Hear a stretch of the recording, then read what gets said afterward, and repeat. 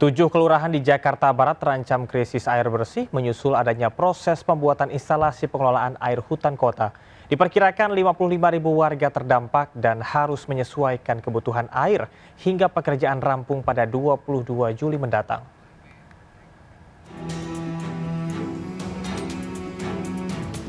Warga di 7 kelurahan mengeluhkan terganggunya pasokan air bersih dari Pamjaya di Jakarta Barat.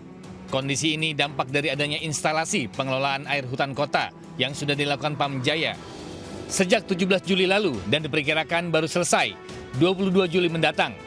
Dampak dari pengerjaan proyek ini diperkirakan lebih dari 55.000 warga akan terdampak. Salah satunya di kawasan RW 06, Kelurahan Cengkareng Barat.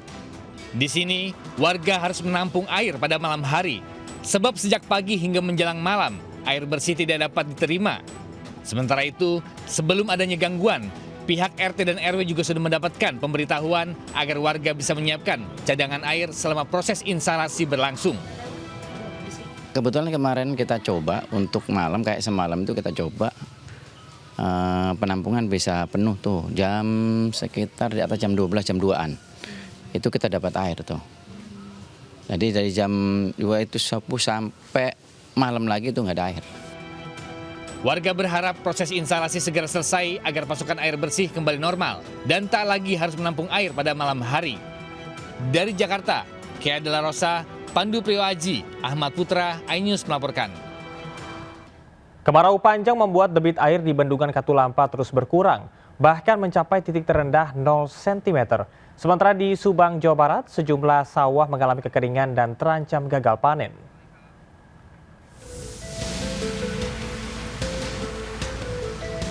Kondisi air di Bendung Katulampa, Bogor, Jawa Barat merosot tajam setelah 2 bulan tanpa guyuran hujan. Volume air bahkan mencapai ketinggian 0 cm atau menempati status di bawah normal. Petugas terus mengeruk lumpur agar aliran air bisa tetap lancar apabila debit air melonjak kembali. Meski mengalami kekeringan, petugas Bendung Katulampa harus tetap membagi aliran air ke Kali Baru untuk menjaga saluran irigasi sawah yang ada di wilayah Kabupaten Bogor.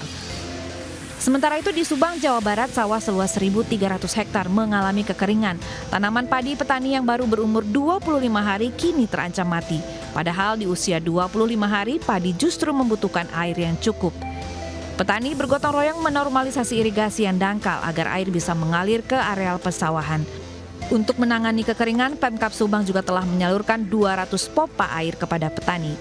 Tim Liputan iNews melaporkan. Kesal dengan maraknya pencurian, seorang pelaku curanmor yang tertangkap basah diikat warga di tiang listrik di Tugu Utara Koja, Jakarta Utara. Sebelumnya pelaku nekat membawa kabur motor seorang bocah dengan alasan pinjam, lalu menjualnya dengan harga Rp500.000.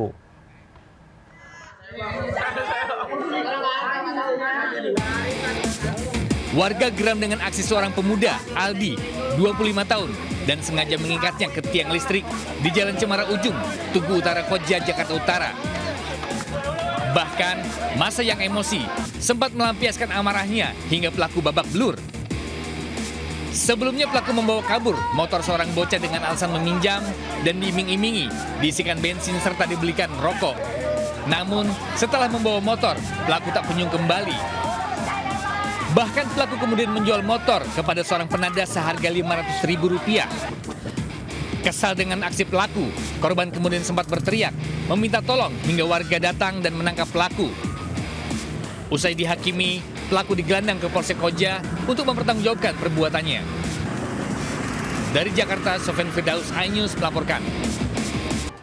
Kebakaran hutan besar melanda sejumlah wilayah di Spanyol dan lautan api yang terus meluas memaksa ribuan warga meninggalkan rumah mereka saat ratusan personil dan armada udara berjuang menaklukkan kobaran api yang semakin sulit dikendalikan. Rekaman dari lokasi memperlihatkan personil unit darurat militer Spanyol berjuang melawan kebakaran hutan besar di dekat Ores, Provinsi Zaragoza. Petugas terlihat membawa selang menuju titik api, kemudian menyemprotkan air ke vegetasi yang terbakar. Sejumlah tim bersiaga di dekat mobil pemadam untuk mencegah api terus meluas.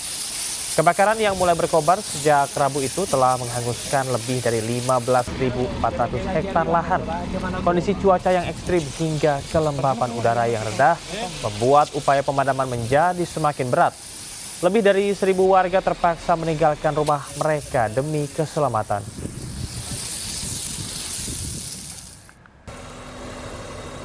Kebakaran hutan besar juga melanda wilayah Aragon di Spanyol Timur Laut. Para petugas membawa selang dan juga menyemprotkan air ke arah kobaran api yang terus menjalar. Lebih dari 14.000 hektar lahan dilaporkan telah hangus terbakar. Otoritas setempat meningkatkan operasi darurat untuk mencegah api menjangkau lebih banyak pemukiman.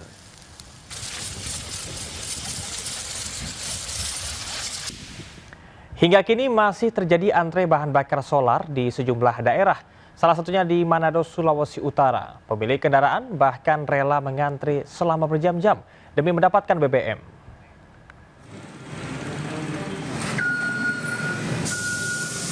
Ratusan kendaraan di Manado, Sulawesi Utara antre selama hampir 2 jam demi mendapatkan BBM solar.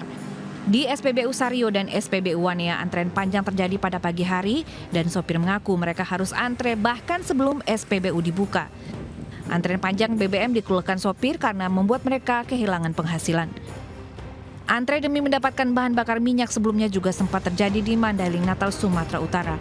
Demi mendapatkan solar bersubsidi yang masih langka, ratusan kendaraan berdiri hingga lebih dari 3 km pada salah satu SPBU.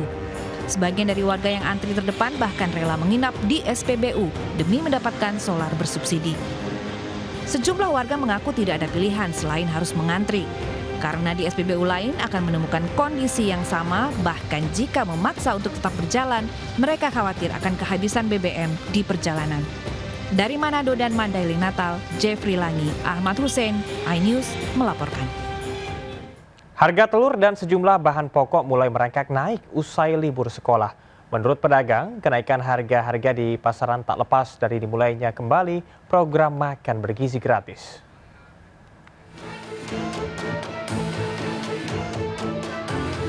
Harga telur di Bandung, Jawa Barat terus naik dalam sepekan terakhir. Di Pasar Kosambi, telur kini menembus angka Rp27.000 per kilogram dari sebelumnya Rp23.000. Pedagang menyebut kenaikan harga di pasar seiring aktivitas sekolah yang kembali berjalan normal. Pedagang menilai harga telur masih akan berpotensi naik akibat meningkatnya permintaan, terutama dari program makan bergizi gratis yang kembali berjalan. Di Cimahi, Jawa Barat, harga jual daging ayam dan telur di Pasar Atas Baru juga mengalami kenaikan. Harga ayam potong kembali naik dari Rp25.000 kini naik menjadi Rp35.000 per kilogram. Sedangkan harga telur dari Rp22.000 kini naik menjadi Rp26.000. Pedagang juga menilai program MBG menjadi pemicu kenaikan sejumlah harga bahan pokok di pasaran. Dari Bandung dan Cimahi, Billy Maulana, Yuwono Wahyu, iNews melaporkan. Kami akhiri jumpa kita pada pagi hari ini. Saya Camar Hena bersama tim yang bertugas pamit undur diri. Tetap semangat dan sampai jumpa.